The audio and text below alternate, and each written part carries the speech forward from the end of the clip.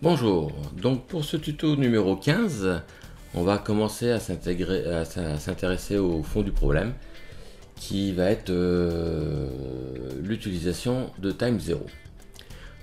Voilà, donc on peut faire un petit clic gauche, on peut créer ce qu'on appelle un goto, par exemple voilà, du bateau à ici, une nouvelle marque, une nouvelle route ou une information sur la carte. Généralement cette fonction elle a été utilisée pour les écrans tactiles, pour les tablettes. Moi j'ai pas trop l'habitude d'utiliser cette fonction là, j'ai l'habitude de travailler avec les outils. Donc on va travailler un petit peu avec les outils. Donc ici on a l'icône règle. Voilà, donc comme on voit il s'affiche, dès qu'on va utiliser un icône il va s'afficher en bleu. Donc ça c'est un petit peu notre point de sèche qu'on avait à l'époque. Donc je veux par exemple connaître la distance et le cap pour aller d'un point A à un point B. Hop, automatiquement, voilà, j'ai 9000 et j'ai un cap de 72. J'en veux un autre, je peux en faire plusieurs. Hein. Par exemple d'ici à Saint-Tropez, par exemple, hop, j'ai 8000 et au 230. Alors après, si je veux les effacer, deux solutions. J'attends d'avoir la petite croix, je fais un clic droite et je fais effacer la règle ou effacer toutes les règles. Ou je peux aussi tout simplement double-cliquer sur l'icône règle et les deux s'effacent. Ici nous avons le goto, ce qu'on appelle aussi en anglais le goto. Alors ça va partir, c'est un waypoint qui va partir du bateau. Ici le bateau il est là. Et à un endroit que je veux. Par exemple je veux aller directement ici. Hop. Voilà, donc bon évidemment là je suis dans les terres, hein, ça marche pas très bien. Voilà, ça nous donne directement, et on a pu voir donc automatiquement ici sur la droite sur nos nav data, c'est que la route s'est activée et je sais que pour aller à ce waypoint numéro 1, j'ai 14 000 nautiques pour y aller au cap 180. Bon, j'ai pas de suivant parce que j'ai un seul waypoint. Et bon, évidemment, j'ai pas d'ETA puisque le bateau n'avance pas, mais si j'avançais, il me donnerait une heure d'arrivée. Pareil, pour l'enlever, on se met avec la petite croix, désactiver la route et ça disparaît. Troisième, la marque. Donc ici, voilà, on peut mettre une marque. Alors, on va faire un clic droite. On peut avoir une couleur, l'icône de la marque, voilà. Pour ceux qui veulent, on peut mettre un bon mouillage, il y a du poisson, danger, voilà, on va pouvoir mettre un échouage, on va pouvoir mettre un petit peu ce que l'on veut, et clic droite, pareil, pour effacer la marque. On peut la renommer, on peut ajouter une photo, voilà, et on peut l'effacer. Je vais me remettre en planification puisque généralement c'est plutôt ici où je vais travailler. Donc on a vu, alors ça c'est pour le routage. On va faire voilà, lancer une route, créer une route. Donc là par exemple je veux créer une route de Port-Fréjus. Voilà, je clique une fois. Alors avec la petite molette, je vais pouvoir descendre, dézoomer. Je vais pouvoir ici avec la petite roulette rezoomer. Par exemple je vais aller là. Je vais aller là. Je veux aller aux îles. Par exemple ici. Et le dernier ici. Par exemple. Voilà. À Port-Cros. Et une fois que je veux terminer la route, je vais en haut à droite et je fais terminer la route. Et ici, l'assistant de calcul de route se met automatiquement. On peut renommer notre route, dire par exemple Port-Fréjus, Port-Cros. Bon, après voilà, je peux mettre 2 Port-Fréjus à Port-Cros. La vitesse moyenne, on l'avait plus ou moins programmée dans outils, options. Donc elle est là, on l'avait programmée à 7 nœuds. Alors ici, ça va être plutôt en fonction, on peut faire une arrivée à partir d'une certaine date, un choix à partir d'une date. au meilleur moment de départ, arriver à une certaine date. Donc on peut programmer un petit peu ce que l'on veut. La date de départ, par exemple, on peut la décaler aussi, ce qui va nous donner automatiquement une heure d'arrivée avec une vitesse évidemment de 7 nœuds. Et je vais terminer. La route automatiquement, elle va se mettre ici en foncé. Non, elle va pas se mettre en foncé tout de suite. Il va falloir que je l'active, donc je vais me mettre dessus et je vais faire activer la route. Et donc là, on va voir. Alors, je vais me remettre en navigation, puisqu'en fait, j'ai programmé mes nav data en mode navigation, mais j'aurais pu très bien évidemment le mettre aussi en mode planification. Donc là, je reviens en mode navigation. Et là, effectivement, je vais avoir mon premier waypoint, il est à moins d'un 1000, au 144. Et le suivant, puisque tout à l'heure, au GoTo, on n'avait pas le suivant, mais là, on a deux waypoints. Le GoTo, il est au 179. La route totale fait 32 000 nautiques. Et toujours, je n'ai pas le TA, puisqu'en fait, je n'ai pas de vitesse. On aura aussi toutes les informations en bas. Ce sera aussi intéressant de le voir. Ici, comme vous voyez, c'est rouge. Ce qui est normal, puisqu'en fait, je me trouve dans les terres. Donc, comme j'ai une sécurité, on avait dû mettre dans option, alarme. On avait dû mettre quelque chose comme ou dans route.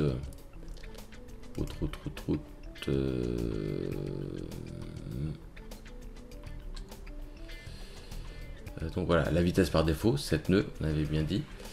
Et l'écart de route, activer la vérification de route, voilà. Donc la vérification de route, ça nous dit que voilà, là on est en rouge, ça nous dit qu'on est à un moment donné sur cette route, on est un petit peu dans les terres. Ici on est en vert, donc il n'y a pas de souci. Normalement, on ne devrait pas avoir de problème pour cette route-là. Celle-ci, on va rezoomer, on est aussi en vert, donc il n'y a pas de problème. On est bien, ici on est bien, bon normalement on est bien partout. Ce qui va être un petit peu peut-être intéressant à avoir, par exemple, si je veux recréer une route, je vais me mettre là, voilà, ici. Voilà, donc là je suis bien en vert. Voilà, on va remarquer, on va laisser quelques secondes. Hop, elle se met en rouge. Donc, et là, elle va se mettre en vert. Donc, je vais terminer. Je vais faire annuler parce que je n'ai pas besoin. Et donc, on a bien vu, voilà, celle-ci, elle est en rouge parce qu'en fait, elle va dans les terres. Elle est dans une zone qui n'est pas de sécurité. Voilà. Donc, bon, celle-ci, je vais l'effacer. J'en ai pas besoin. Donc, voilà, ma route, elle a été programmée. Maintenant que j'ai une jolie route, qu'est-ce qui va être intéressant de faire? Ça va être intéressant de faire un petit routage. Alors pour cela, je vais aller prendre une météo. Donc bon, j'ai pas pris de météo fichier haute résolution, donc on va faire très rapidement une petite météo en Méditerranée. Là, on va rester simple, on va tout faire, voilà, hop, on va le faire très rapide.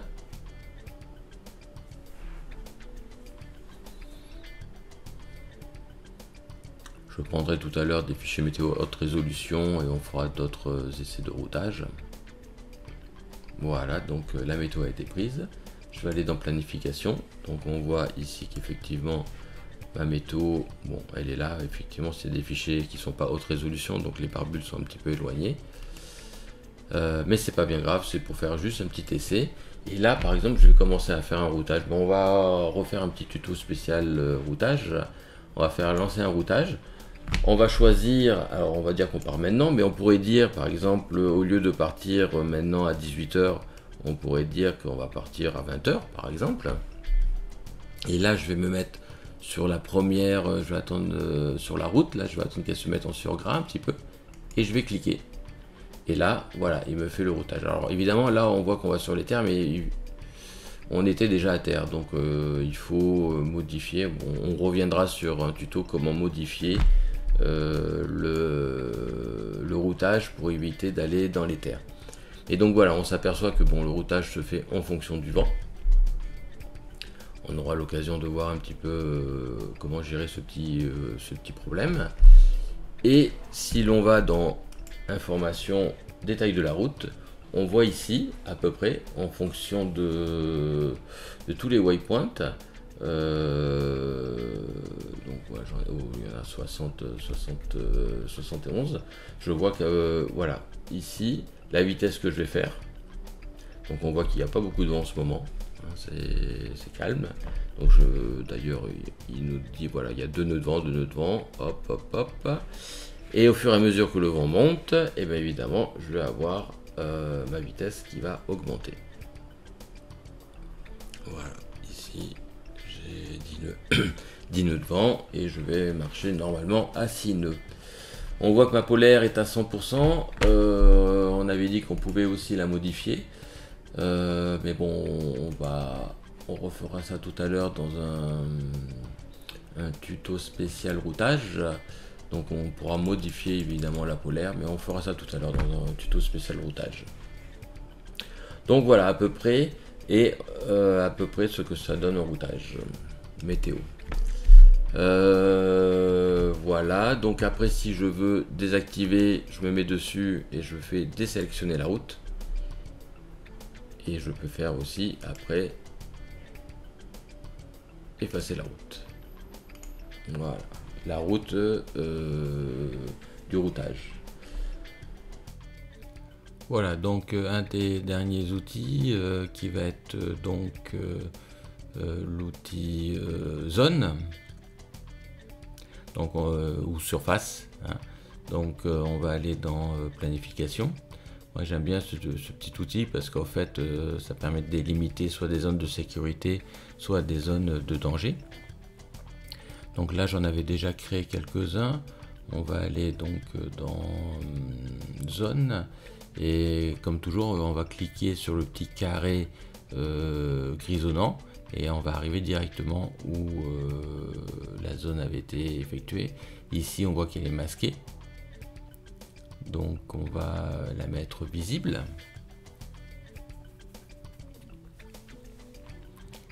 Oui, j'ai mal cliqué, on va donc la mettre visible. Voilà. Donc là, voilà, elle va apparaître sur l'écran. Donc ce qu'on va faire, c'est qu'on va la supprimer, puisqu'on va la recréer ensemble. Donc pareil sur le petit carré gris, je fais un clic droite et je fais supprimer. Effacer la marque.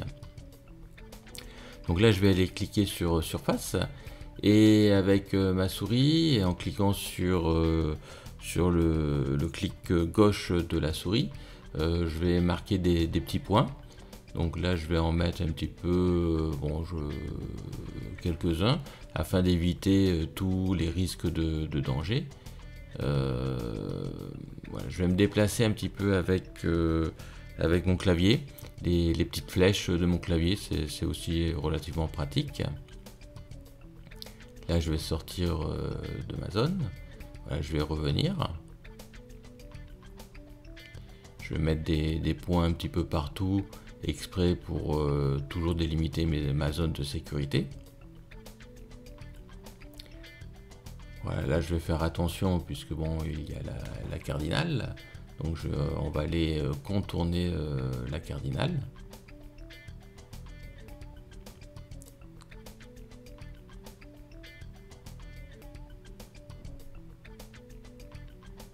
Et on va faire notre dernier point. Comme toujours, pour terminer, on va aller en haut à droite et on va faire terminer. Voilà, donc notre zone a été créée. On peut zoomer et si l'on souhaite déplacer un petit peu chaque petit point, là vous voyez il y a un petit peu de haut fond, donc je ne vais pas prendre de risque. On va les déplacer légèrement et comme ça on va contourner la cardinale facilement. Donc voilà. Donc on va pouvoir le renommer. On va aller dans notre petit tableau. Voilà, donc ici dans le nom, je vais mettre passage Spéronne.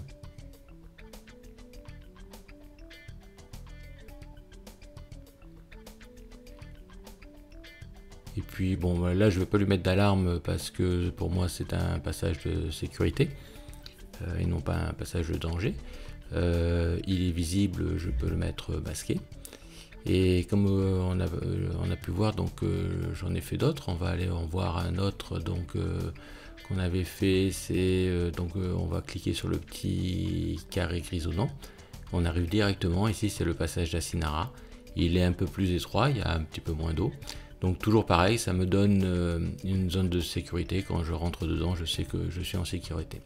Maintenant, on va aller en voir un dernier qu'on avait fait ici, là, sur notre côte. Ici, celui-ci, je l'ai mis en rouge. Pourquoi? Parce que c'est un sec qu'on voit pas, et donc il y a un danger. Il est d'autant plus dangereux qu'il est pile poil dans l'axe Saint-Raphaël-la baie d'Aguet. Donc, bon, pour les locaux qui connaissent bien, on sait qu'il faut qu'on passe à 300 mètres de l'île d'Or.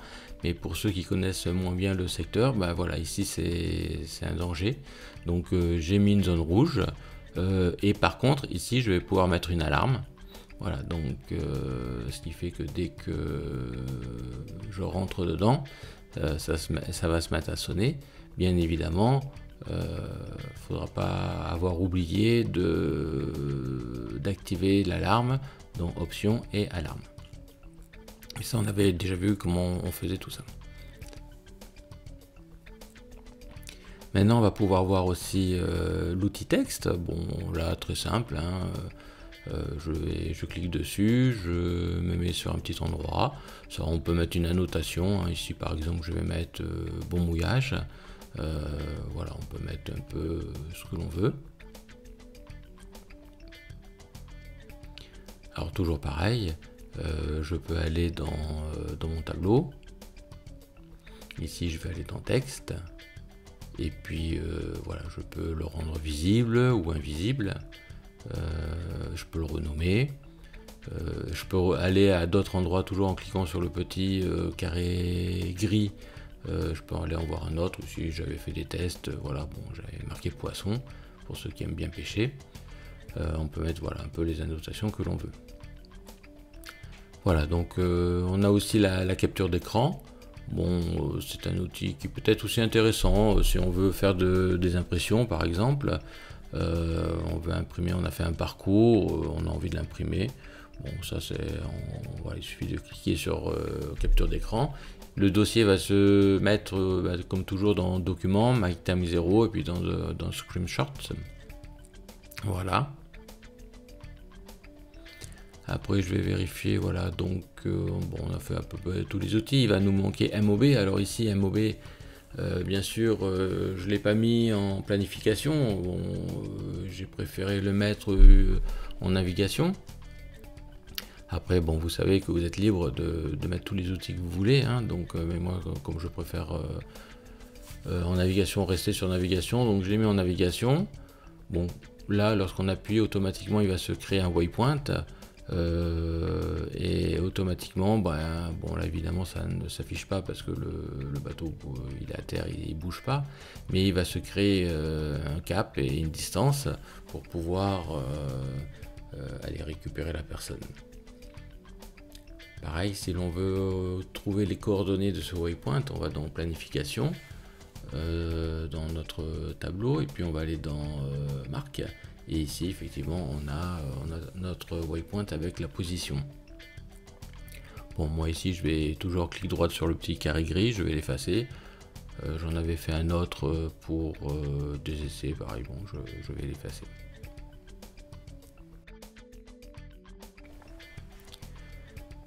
Voilà, donc on a fait un petit peu tout le tour de tous les outils les plus utilisés.